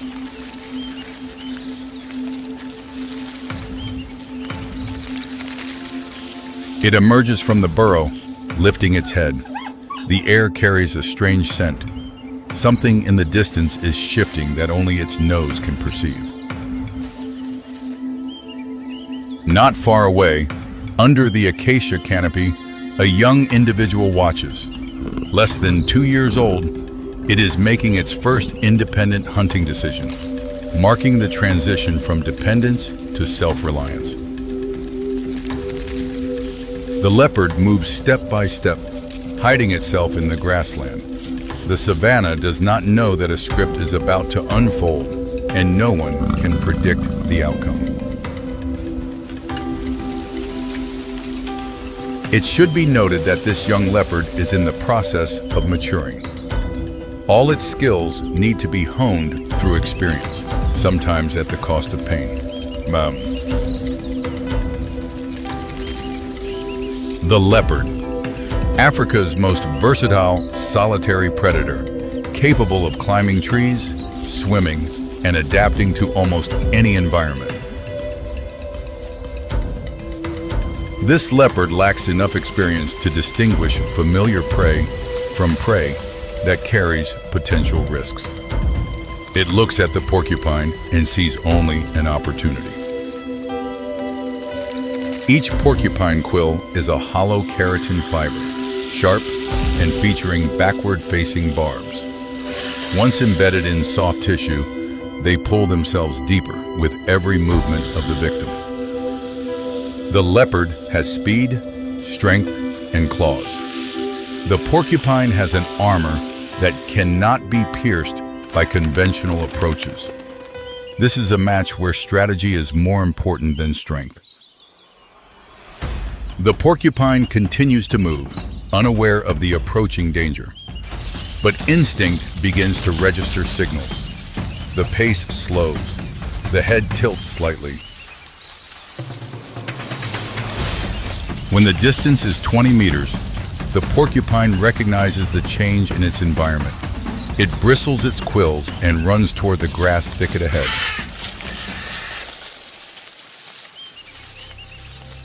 The distance closes to 10 meters. The grass is still. The wind stops. In that moment, the savannah seems to hold its breath, along with the two creatures facing each other. The leopard lunges. The porcupine's reflex is instantaneous. Its back turns toward the attacker, quills standing upright like a living fence. But the leopard is too close to stop. The leopard recoils. One or two quills have pierced its front paw. It looks down, licking the paw, an action not of calm, but of confusion. The porcupine does not flee. Instead, it continuously pivots to keep the quills pointed toward its opponent. This is the optimal strategy after millions of years of evolution. The leopard continues to approach from the front, exactly the direction the porcupine is defending most strongly. It hasn't realized that the quillless part is at the head, not the rear. The second time, the leopard lunges from a side angle. The porcupine pivots in time. A quill stabs into the leopard's cheek.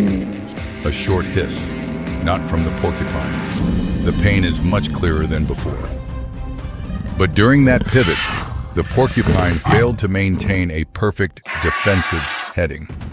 A part of its body without quills was exposed for a few seconds. Fortunately, the leopard was not focused enough to capitalize. Both sides stop. The leopard breathes heavily. The porcupine still turns slowly, patiently. Neither side wants to leave first, as the price to pay grows steadily larger. The leopard begins to circle. The porcupine follows every step closely. The turning circle tightens. This is no longer a simple hunt. It is a test of patience and technique.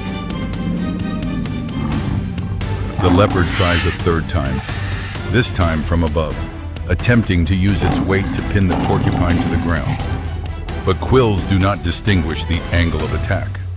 The result remains unchanged. In a fit of desperation, the leopard bites the porcupine's body. That was the final mistake of the day. Quills embed deeply into its gums and tongue, so much so that it cannot close its mouth immediately. With quills stuck in its mouth and at least 3 others in its paws, the leopard's ability to hunt in the coming days will be severely compromised. The porcupine does not linger. It turns away in its original direction, its footsteps steady as if nothing had happened. Its body is almost entirely intact. Porcupine quills do not inject venom. Their impact comes from physical shape. The backward barbs prevent easy removal, and infection is the greatest risk for the one stuck by them.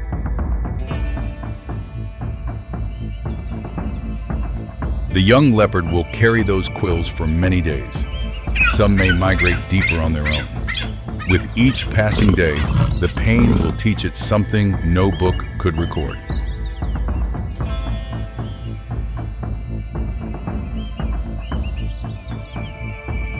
In nature, predators learn through failure just as much as through success. Every wound carries information that instinct cannot provide from the start. The porcupine's survival is not accidental.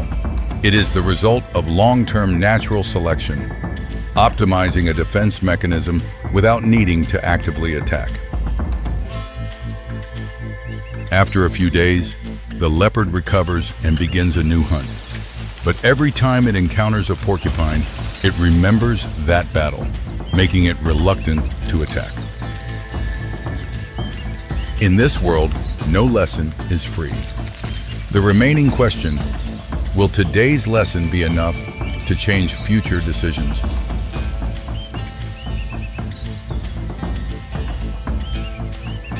However, this species is facing a threat that no quill can defend against: the shrinking of habitat due to human expansion.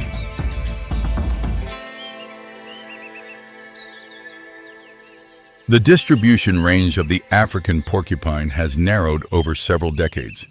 They are forced to move through unfamiliar environments to find food and shelter.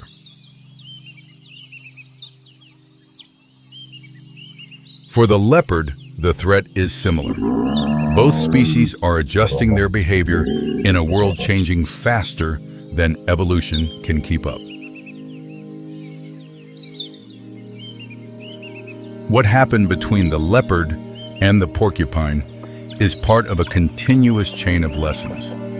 Nature does not teach with words, it teaches through consequences. Both species will continue to exist in their own ways. One with perfect defensive armor, the other with a painful memory newly acquired.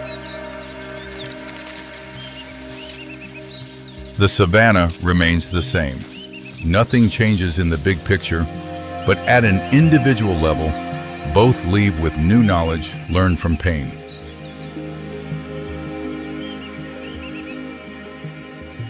There are no absolute winners or losers in encounters like these.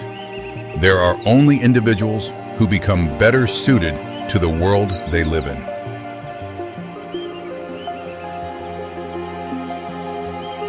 The porcupine keeps moving. The leopard will try again with a different strategy and different prey. The savannah does not judge, it only records.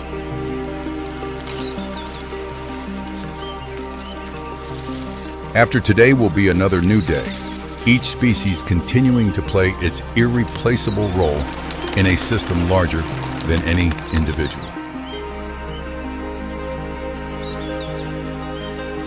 And as the light of the day's end gradually blankets the savannah, this land does not remember the names of any of them, but it keeps the traces of all.